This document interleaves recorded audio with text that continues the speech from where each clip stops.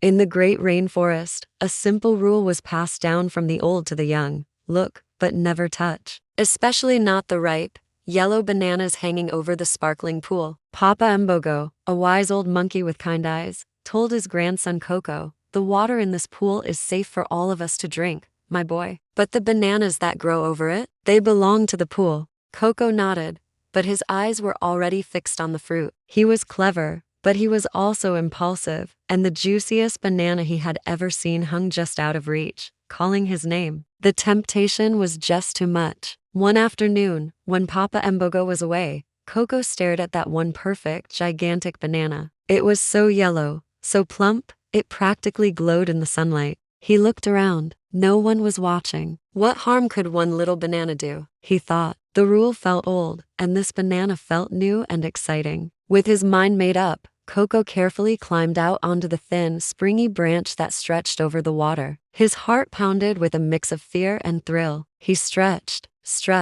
and finally, his fingers closed around the stem. He pulled it free, a triumphant grin on his face. But in his haste, the delicate branch couldn't hold his weight. It snapped with a loud crack. Koko scrambled back to the bank just in time, clutching his prize. Behind him, a massive cluster of bananas, much larger than the one he held, crashed into the pool with a huge splash. Koko sat on the bank, his single banana in hand, feeling proud of his cleverness. He was about to take a big bite when he looked at the pool. It was no longer sparkling. The impact had churned up all the mud from the bottom, turning the clear, life-giving water into a murky brown mess. The water was ruined for drinking, not just for him, but for his entire family who depended on it. The sweet prize in his hand suddenly felt bitter. He had traded the whole family's clean water for one selfish bite. Just then, Papa Mbogo returned. He didn't shout. He didn't need to. He simply looked at the muddy pool,